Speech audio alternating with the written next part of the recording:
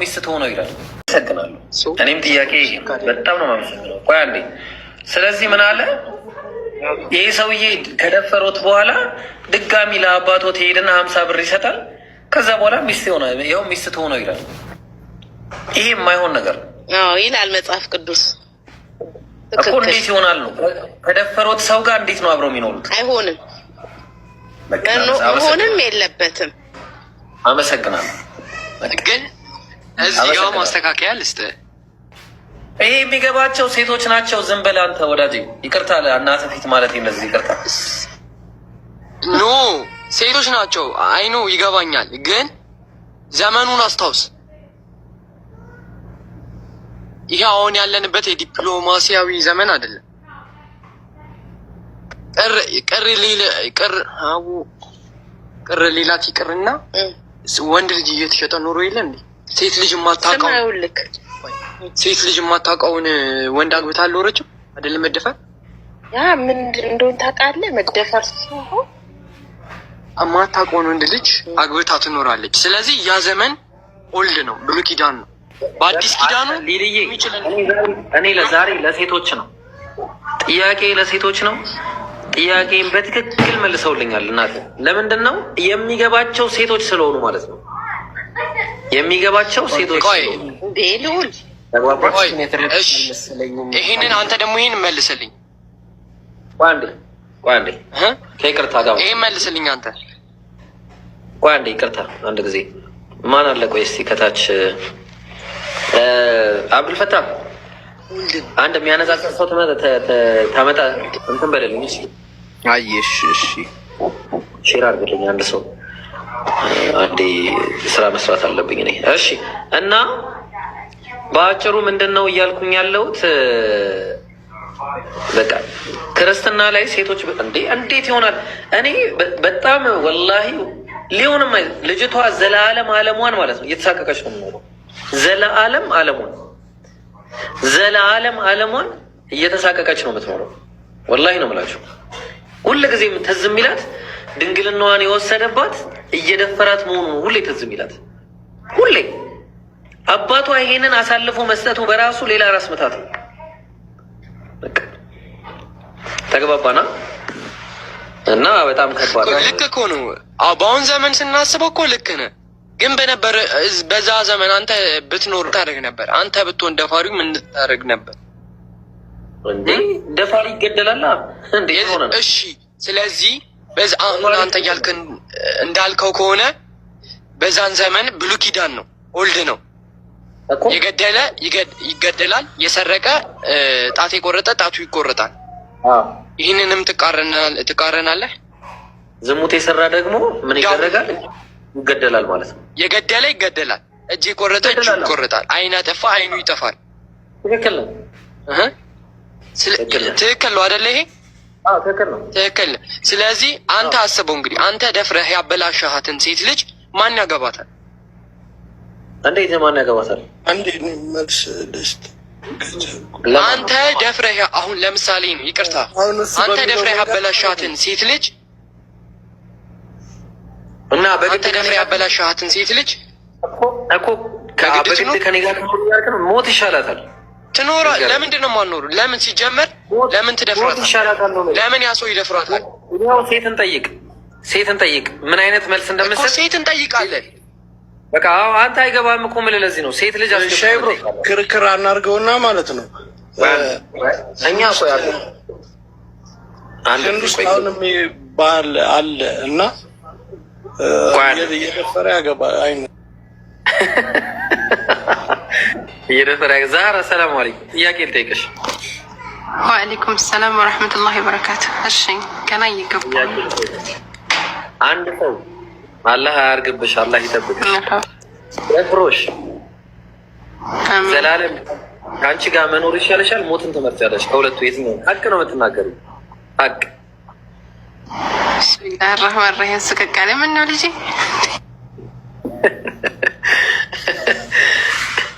ስለዚህ ሀቅ ተናገሪ። አሁን እኔ ትክክለኛ የሴት ፊሊንግ ነው የምፈልገው።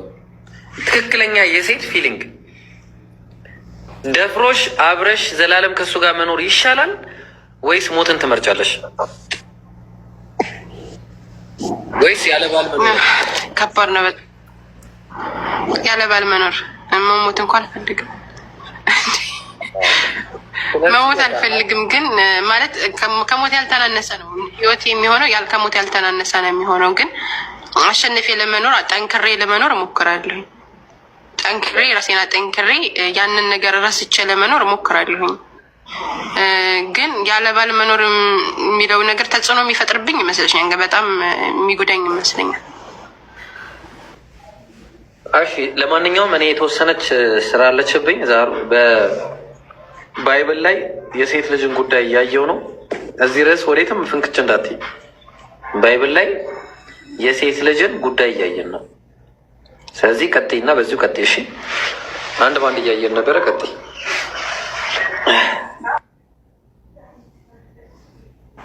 ዛህራ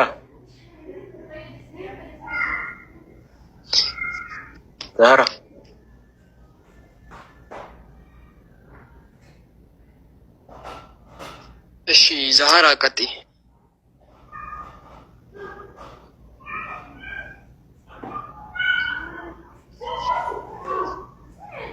ወጣለች መሰለኝ።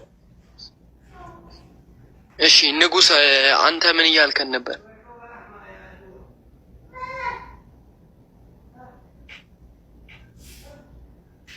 ንጉስ አለ። እኔ አሁን ላይ የሚገርመኝ ነገር ብሉይ ኪዳንን ተመርኩዘው ክርስትና ለመተቸት የሚሞክሩ ሰዎች በጣም ነው የሚገርመኝ። ምክንያቱም ብሉይ ኪዳን የተቀመጠልን እንደ መማሪያ ስለሆነ ያንን ነገር ትተን በአዲስ ኪዳን ብንመራና አዲስ ኪዳንን ሃይማኖታችን ብንቀበል ጥሩ ይመስለኛል። ይሰማል? ድምጼ ይሰማል? ዛህሩ ሰላም አለይኩም። አለይኩም ሰላም። ብሉይ ኪዳን የማን ነው ንግግር? ወገናችን ላሉ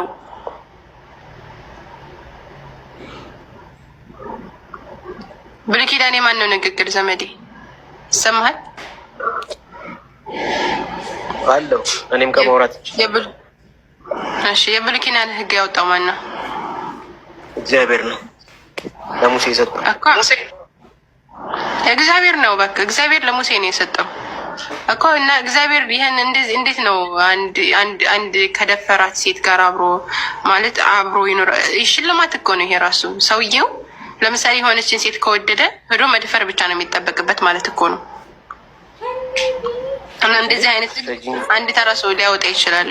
ለምሳሌ አንድ ሴት በ50 ብር እንትን ብሎ 50 ብር ሰቅል ለአባቷ ሰጥቶ አብሯት የሚኖር ከሆነ አንድ ሴት ከደፈረ በኋላ 50 ብር ሰቅል ሰጥቶ ለአባቷ አብሯት የሚኖር ከሆነ የሆነችን ሴት ከወደዳት በጣም ደስ ካለችው ህፃንም ትሆን ትልቅም ትሆን ምን ይሆን ሄዶ መድፈር ብቻ ነው የሚጠበቅበት። ያን ሰው ይሰጥና አብሯት ይኖራል። እና እንዴት ነው ይሄ የአምላክ ይችላል? እሺ ሙሴ አንድ ነገር ንገርሽ። ሙሴ ሰው ነበር እንዳረሹ። ከዛ ሲቀጥል ደግሞ ችግሩ ሙሴ አይደለም ይሄን ህግ ያወጣው እግዚአብሔር ነው። እግዚአብሔር ነው ይሄን ህግ ያወጣው። እግዚአብሔር ለሙሴ ሰጥቶት እኮ ነው። እሺ እንደዛ አልሽ እንበል። አሁን አግብተሻል አንቺ? አልሽ እንበል አይደለም ነው ብለህ ያዝ እንዴ ነው። እሺ አንቺ አግብተሻል? ያው ከኔ ጋር ምን አለህ? እኔ እንዴ ቆይ አግብተሻል? ከኔ ጋር ምን አለህ? ከኔ ሰለኔ እኮ አይደለም ጥያቄ ኖ አንቺ እዚህ ጋር ነገር መቀበል እኮ በሌላ ሰው ምሳሌ ስጠኝ። ምሳሌ ለምን እንደምታደርግ? እሺ አሁን እናቴ አባቴን እኔ ስታገባው አታውቀውም። በቤተሰብ ነው የመጣላት። አገባችሁ፣ እየኖረች ነው እስካሁን በፍቅር አሉ።